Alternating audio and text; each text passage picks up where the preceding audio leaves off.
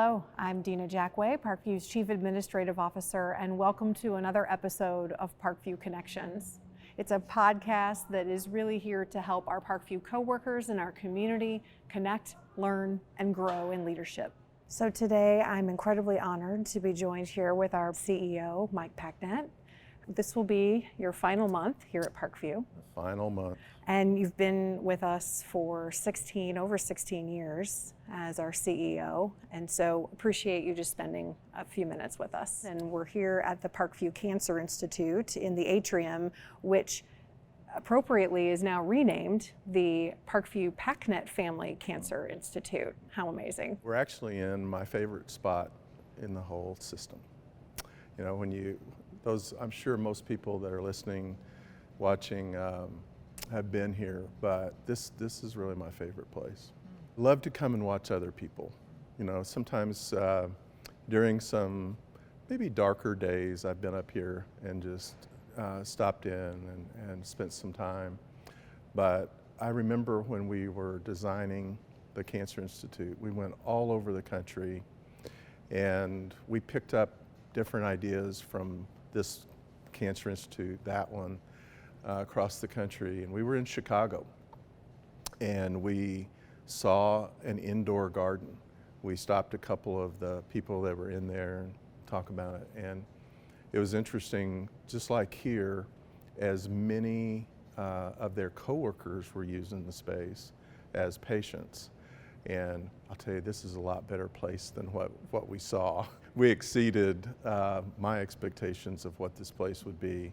But it's such an important part of the overall feel of the Cancer Institute. I just want to say how grateful that Donna, Kristen, Kelly, and I are to have our name on this building. When it was announced at the LDI, it was a great surprise, but it was such an honor because, as you know, many people know, Donna's journey was the real inspiration to creating this. She had a great journey from our coworker standpoint. You know, our coworkers took great care of her, but what we put people through from going around to different parts of the campus and perhaps not being able to get the care sometimes that we needed here. As we talked to our architects, we said, we really want to design a building where the building wraps itself around people.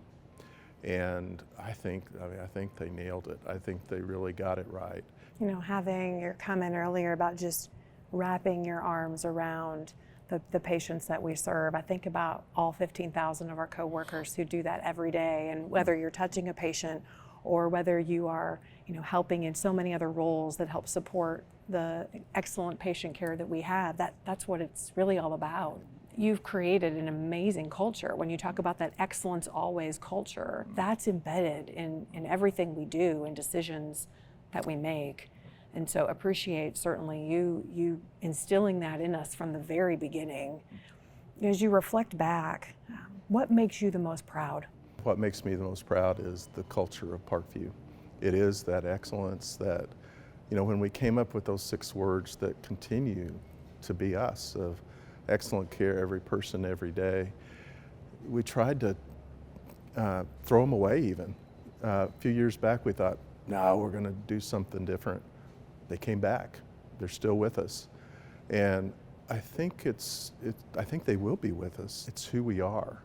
It's that culture of taking care of people and families like they're our families. I'll often just go make rounds in one area, and you go and you see the extra mile effort. That's what the Monday morning emails have been about. You know, over 800 of them. We could have written 8,000 of them to really document the kind of extra mile effort that people go through. Those of you who've been to other places and you walk in and you think, you know, this is maybe one of the top places in the world, but it doesn't feel like it. But here I get so many letters from people about, hey, let me just tell you what my journey was like here. let me tell you about these nurses. Would you help me to congratulate them for what they did? So I can't be more proud of that. And love the power of stories. So when you think about all of the 800 stories, and that just being a small fraction of the thousands and thousands of stories we've heard, but they've also helped us get better. And along the way, I think as those opportunities have come up, it's how do we make it so that it's better next time, and how do we continue to improve? And the excellent care every person every day, as many know, started off as excellent care every patient every day. It's about how coworkers treat each other. And we've heard our coworkers talk about that world-class teamwork. I know so many notes that come back to you all talk about world-class teamwork being that secret sauce of the team. And I remember when we introduced that in 2015, were you surprised a little bit that people, they took it, they internalized that, and it wasn't aspirational for them. That was who they were or wanted to be, for sure. And those were 3 of the best words that we've come up with in 16 years. And they're impactful when they're coming back to you in an email from the coworkers. So that is the best. You're right. So one of the things I know that really touches you is helping new leaders. And really, we've done these leadership development institutes every quarter. So we just had the 60th LDI. At 60. It's amazing. Yeah. Yes. And it's really all about pouring into leaders, whether your title is leader or not. I mean, everyone has this ability to be that emerging leader and to possess that ability to influence others. What advice would you give leaders who are new or emerging leaders just coming out or not sure they want to get into leadership? What's some advice you would give them? As a new leader, one of the things that I always encourage people to do is to not despise small beginnings. So I think a lot of people come out, they get their undergrad, they get a master's, and suddenly they want to be the CEO next. That happens for some, but very, very few, right? Most of us have to have a career where it's a little serpentine.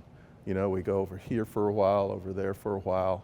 And I think all those experiences really help us be a better leader.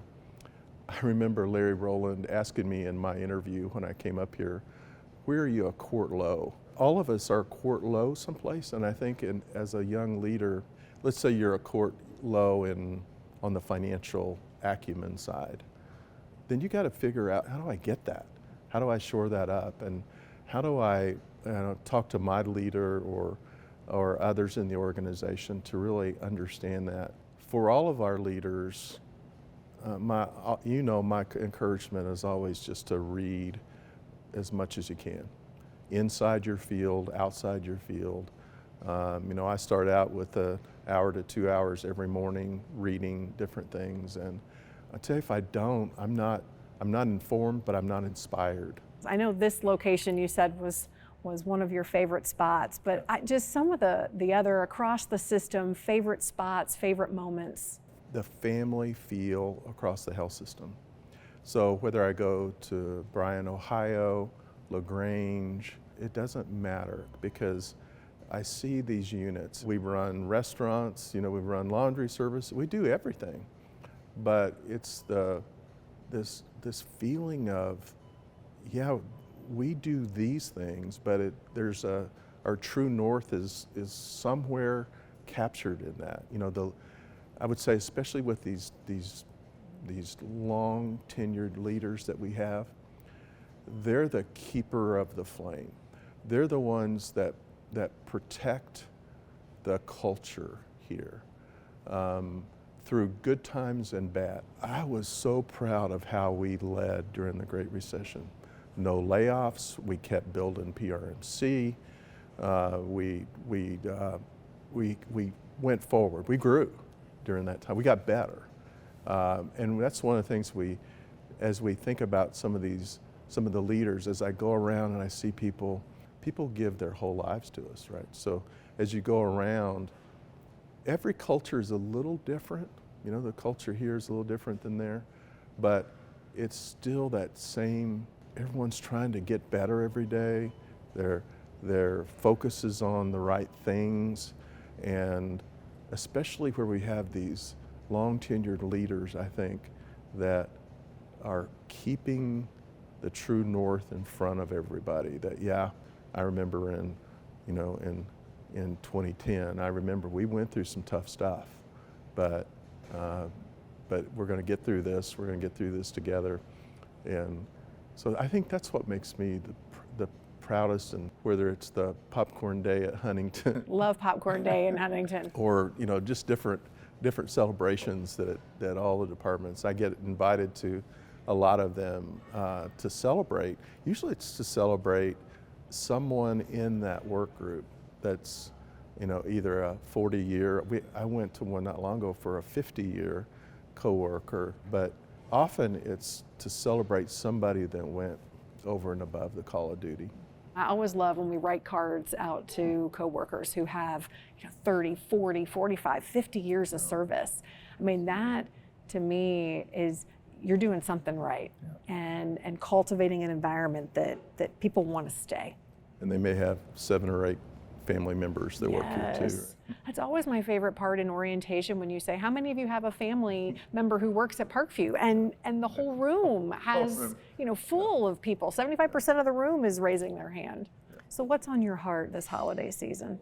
It's been so good the last month or so since the announcement came out that I can reminisce with so many people within Parkview. I was just at a luncheon on Saturday where I got to talk to many of the people I've worked with outside of Parkview, that the economic development folks, and we had a chance to really think through what's happened in 16 years. I'm so grateful that they accepted me and Donna, embraced us, and and they embraced the change that we suggested. That was probably the hardest thing, and one thing that I'm most grateful for is growing from 6,000 coworkers to 15,000. It's shocking to do that. So I'm also grateful for Rick, and he's had my back for 23 years. We've become best friends throughout the years. He was always there for me. And so I'm so grateful for him, the opportunity and the honor to serve with Parkview and so many people like you and so many of our other folks. But I know that I'm leaving it in such great hands with you, Rick, Ray, to everybody that's involved. So thank you, Dina. I always remember you told me always do it for others. I'm a different leader because of what you've poured into not only myself, but so many leaders across the system and individuals. Just to maybe finish with this thought, once I understood about servant leadership, what it was back in the 90s, those two words haven't been together for a long time. Probably started in the 70s with Robert Greenleaf. But when I understood you could be a leader and you could be a servant, I didn't know quite how to define it until years after that. But when I saw this definition that a servant leader means you're the chief among equals, and if you embrace that and people believe that and that's authentic, you'll get more out of people than sometimes they knew they had to give, because they're placed in a situation maybe they haven't been before where they can make a difference that they've never been asked to do wherever they are throughout the health system. So I love that chief among equals, and that's why I want to get out and meet the housekeepers and the dietary folks and everyone that works throughout the system, because we're equals. Well, and that's really what you led us to the term coworkers. And that chief among equals is all about, we're all coworkers of one another, regardless of the role that we perform every day. And that obviously that's how we refer to everyone within the system. And that has absolutely been, I think, a game changer for people when they hear, we've had many organizations, why do you call each other coworkers? And that gives us that opportunity to share that forward. So what are you going to be doing next? Because I know you have lots of things planned, and certainly in the community and your work with Love Fort Wayne, but would love, what's next for you in January? Yeah, so we're going to stay living in Columbia City. People have asked that a lot. And I think they expected us to go back to Oklahoma, but this is home for us, so we're going to stay here, chase the sun a little bit more in January and February. Understand. I've already have a better attitude about winter now that I know I can leave a little bit more, but not for long. You know, go down and get a little sun, get back.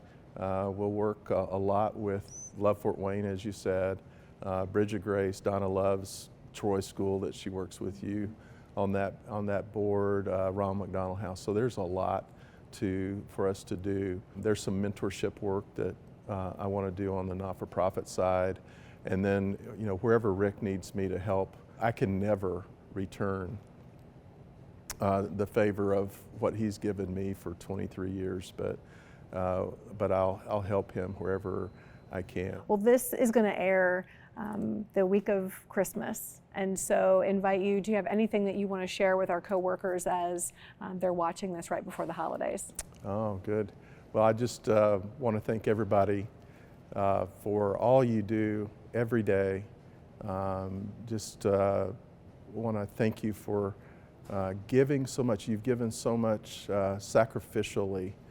I've seen and heard so many of your stories, and I just thank you for that. And I think we all know when we do that, there's so much that comes back to us. You know, we can't outgive. We can't outgive the Lord for sure, but there's such a great thing that comes from that. And I would also say that each of you is a protector of our culture.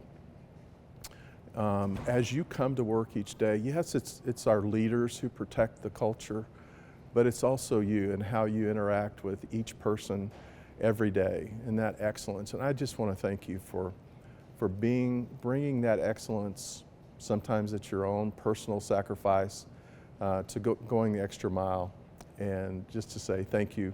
Thanks for allowing me to serve with you for 16 years. Thanks. Thank you, Dina. I appreciate that, and thank you for being such a gift for Parkview and the region for those 16 years. Thank you. Great. And then finally, I just hope you all have a wonderful Christmas and holiday and all the traditions and whatever ways that you celebrate. Thank you for those coworkers who are going to be working over the holidays to help continue excellent care to our patients. Thank you again for tuning in to another episode of Parkview Connections. It was great to have Mike here today, certainly in his last few weeks here at Parkview. Don't forget, you can submit your suggestions on guests or future topics. For coworkers, it's in the Pulse page. And for others outside in the community, you can leave a comment as well.